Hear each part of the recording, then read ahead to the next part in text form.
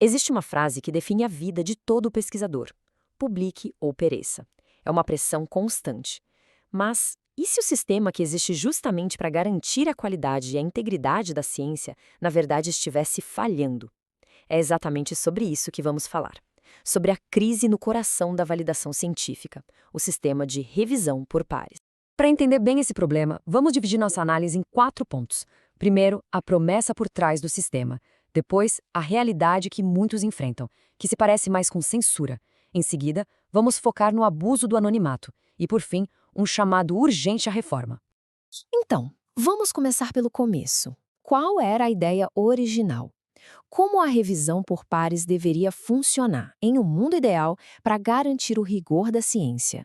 Olha, o ambiente acadêmico é de uma pressão absurda. A sobrevivência ali depende de publicar, publicar e publicar. Não é só a carreira que está em jogo. São os financiamentos, os projetos, tudo.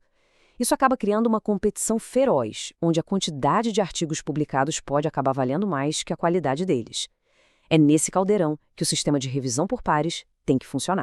Certo, mas o que é exatamente essa tal de revisão por pares? Bom, a teoria é a seguinte: um trabalho científico é analisado, em segredo, por outros especialistas da mesma área.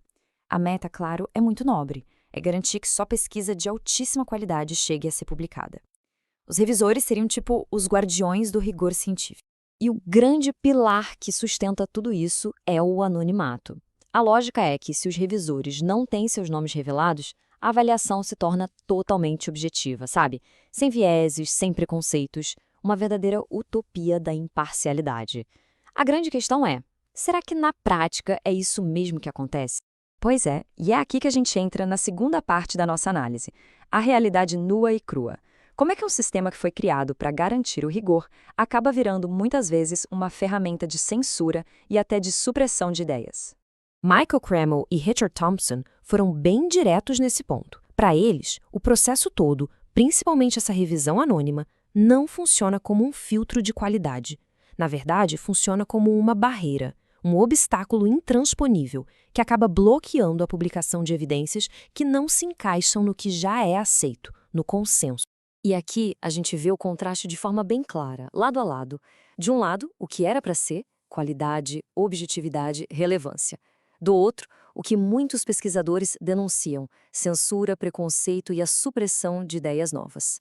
A promessa e a realidade viraram coisas completamente opostas.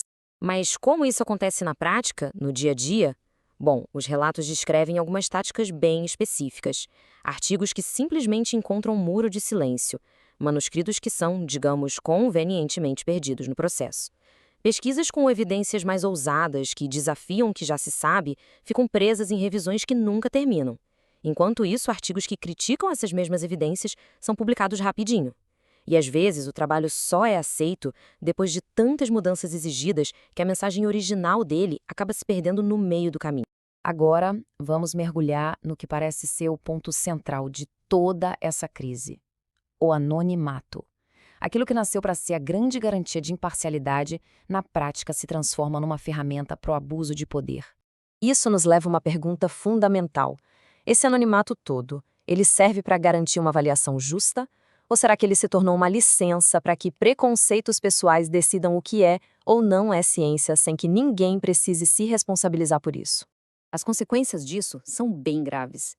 Existem relatos de revisões cheias de argumentos falaciosos que não fazem sentido.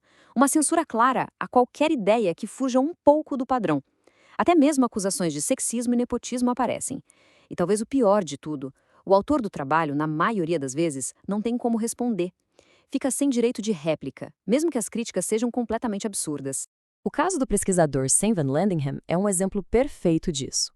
Ele diz que hoje em dia o anonimato virou uma espécie de licença para que um revisor faça acusações sem fundamento, que muitas vezes nem discutem a evidência que foi apresentada no artigo. E o revisor sabe que não vai ter consequência nenhuma.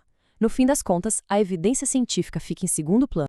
E essa citação de Hennebert, de 1993, resume a situação de uma forma, bem, devastadora. O sonho de qualquer um que busque poder, poder sem responsabilidade. É exatamente isso.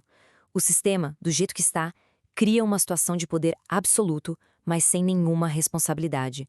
É um prato cheio para o abuso. Bom, diante de um cenário como esse, ficar parado não é uma opção, certo? Isso nos leva à nossa última parte. O que fazer? Quais são as propostas para reformar esse sistema e, principalmente, para reconstruir a confiança na ciência? A crítica mais forte, talvez, é que o sistema atual viola um princípio democrático básico, um princípio de justiça. Em qualquer tribunal, a pessoa acusada tem o direito de saber quem a está acusando e de se defender. Na ciência, com a revisão anônima, esse direito simplesmente não existe. Então, como consertar isso? As propostas giram em torno de 3 mudanças principais. A primeira, acabar com o anonimato. Os revisores precisam ser identificados. A segunda, garantir o direito de réplica, para que os autores possam responder e contestar as revisões. E a terceira, que amarra tudo, responsabilização. As revisões deveriam ser publicadas abertamente, para que todo mundo possa ver e avaliar.